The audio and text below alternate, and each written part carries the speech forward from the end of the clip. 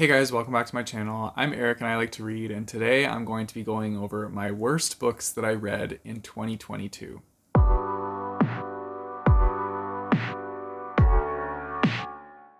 So, this list isn't meant to be like shameful or anything. This is just going to be a list of the books that I found to be on the lower end of ratings for all of the books that I collectively read over the year of 2022. Now, I'm sure other people might like these books. These ones just weren't it for me, and I will share why when I talk about each one. But yeah, I'm looking forward to sharing this list with you guys. I'm honestly going to say a lot of these you might have not even heard of because some of these are books that were just like submitted to my blog like years ago. So yeah, let's just dive into it and see what I read that I did not like. So the first one's actually kind of funny because it was the first book I read in 2022. I started off the year right with a book called A Living Miracle. This book was just so bad. Essentially, it was kind of like a religious reawakening, I guess, of a man and an AI. But this AI was kind of like created to protect this man, and they become like in love with each other. And then from there, it like takes a whole lot of weird turns. Yeah, I just thought this book was a little like odd. It had like a cool potential that it could have been really good, but then it just went into more of like a very preachy book, and I couldn't really handle all like the preachy religiousness that it was like throwing in your face. So yeah, this book was just not it. This was one of the books that was submitted to my blog that I had never heard of before picking it up. But yeah, so this one was one of the lower ones, and it kind of sucks that it was the first book that I read in 2022, and it was one of my worst books. I started off the year right, apparently. But yeah, the next one is Buried Cold Case Secrets, and this was a Harlequin suspense novel. I will say that it's the only suspense novel by Harlequin that I've read so far, and I do enjoy Harlequin novels, but I don't think that suspense is necessarily the best for them. They should stick with like romance, because the suspense part of this novel was not suspenseful at all. It was super easy to like figure out every little twist that there was in this book. And this main character almost gets killed. I'm not even kidding, like 5 or 6 times. And nobody learns that they need to, oh, maybe we should stay with her because clearly somebody keeps trying to kill her over and over again. No, nobody does anything. Nobody stays with her, and she keeps getting into these shitty situations where it's like, what? I don't know. It didn't seem like anybody was really thinking through things in this book, and so it kind of just drove me crazy because I really like reading thriller books, and so I was reading this and I was like, they're doing everything wrong that they shouldn't be doing. And like in other thriller books, they're smarter about these kind of things, but in this book it was no. And then like finding out who the killer was super obvious. Like I figured it out very early on. So it was kind of just like a letdown because I was like, oh, okay, so it was them the whole time.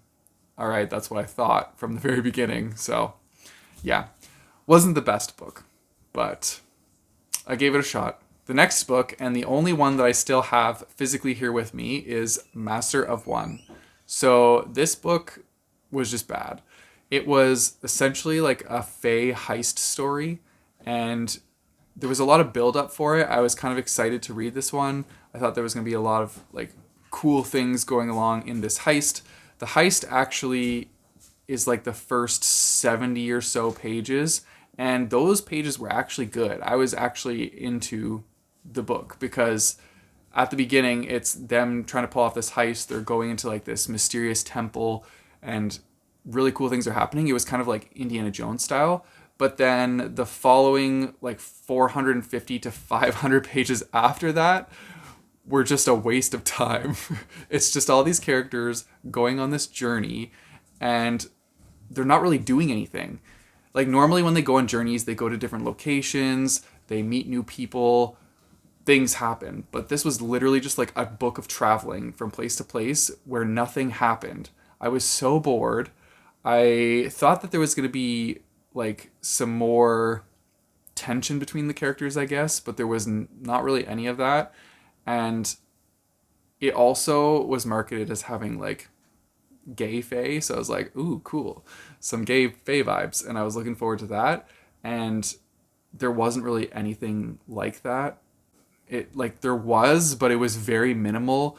And yeah, I'm pretty sure the characters eventually kiss on like the last page. So it was just, there was not, this just wasn't it. There was not enough to keep me invested, and it was way too long. I feel like it should have been like 250, 300 pages max, and you still would have got the exact same plot. So yeah, unfortunately, this was also my pick for the Fays and Gays book club. And yeah, I feel like I let the team down on this one because it was not a good book, and all of us had similar feelings about it.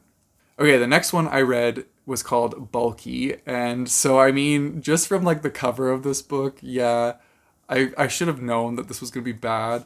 I read it as a joke though. It was more like I was using it for a readathon as like a really easy prompt because it was a very quick read. And so I picked it up, I tried it out. It was really creepy. The ending was awful.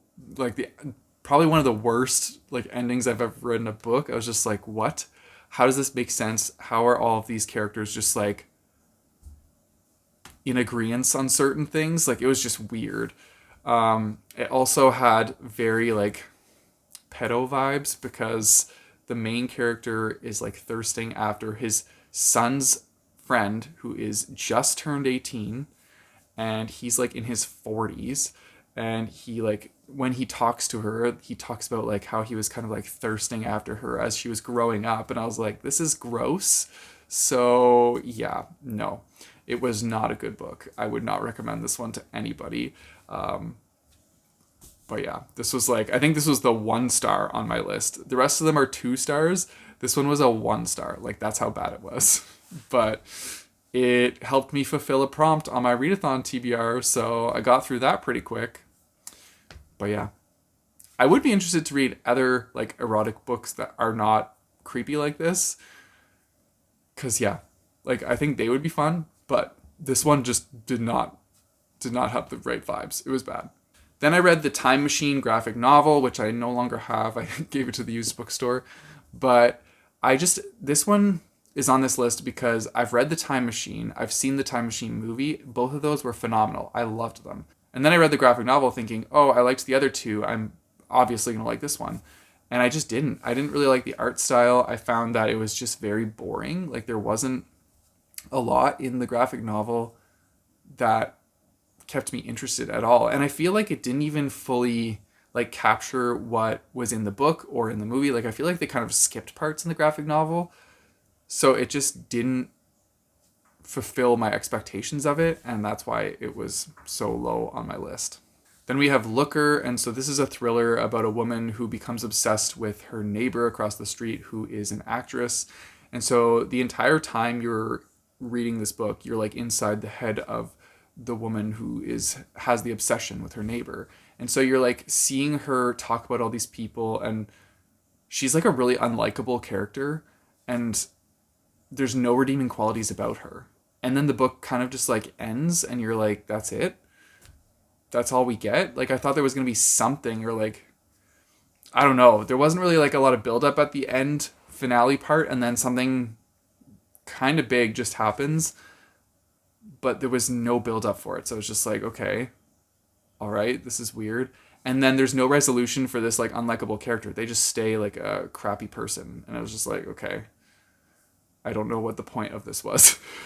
So yeah, that book just, it was a quick read because it was a very short book, but there just wasn't much to it, and it didn't have the thriller qualities I was looking for. And then the last book I have on this list is called Sir Blunder. And so the very first line of this book says like, this is not for kids, but the book reads exactly like it is for kids. So it was kind of like frustrating because I'm like, okay, I'm expecting like maybe a kid themed book with adult themes. And it says that it has adult themes in it, but like there's not that many like big adult themes. I wouldn't even say that it was, I don't know, like it didn't really delve into anything explicit. So it was just like telling me it was one thing and then it wasn't. I will say that it's labeled as like an adult fairy tale, so it's like a kid's story but for adults. And I will say that there were some parts in it where it was like talking about a guy that's like a peeper who's like a peeping tom. Maybe that's like the part that's supposed to be like adultish, and he was kind of creepy. I thought it was funny that they had like random names in this book because some of them, like I think the peeping guy was called like peeping the peeper or something, and like all the names were super literal. So it was like it was interesting reading that, but also kind of annoying at the same time. I don't know. There wasn't really much like redeeming qualities about this book. I read it. It was part of my blog list, so like I tried it out. It was okay, but I also found like I was really bored through the story too because it was kind of like a regular fairy tale where it's somebody like going to rescue a princess from like a dragon, yada yada. But it was just so slow. Like nothing was really happening, and it went like over explanatory about a lot of different characters and things like that, and there just wasn't much to like the actual plot. And I'm a big plot person. So, yeah, this one just ended up on my worst list. This one wasn't like by far the worst. I think this one was like a low 3-star. But thinking about it now, I'd probably bring it down to a 2-star. But anyway, yeah, that's that. And that's all the books I have on my list this year. Normally I find this list kind of hard to build, but this year it was pretty easy. So I don't know what that says about my reading year. Hopefully 2023 has a lot better book selections for me to go through, and then I'll have a harder time coming up with the worst list next year. So yeah, we'll see. Anyways, let me know in the comments down below if you've read any of these worst books that are on my list, or if you have a worst book that you read, let me know in the comments down below. Or if you have a worst book that you read, tell me about it down below. If you guys want to support me, I have a Patreon and a Coffee page, which I'll put in the description down below, as well as links by my bookmarks. You guys know the drill. Don't forget to like and subscribe. Hit that bell notification button so you're notified when I post new videos. I post my videos on Tuesdays and Thursdays. Until next time, keep on reading.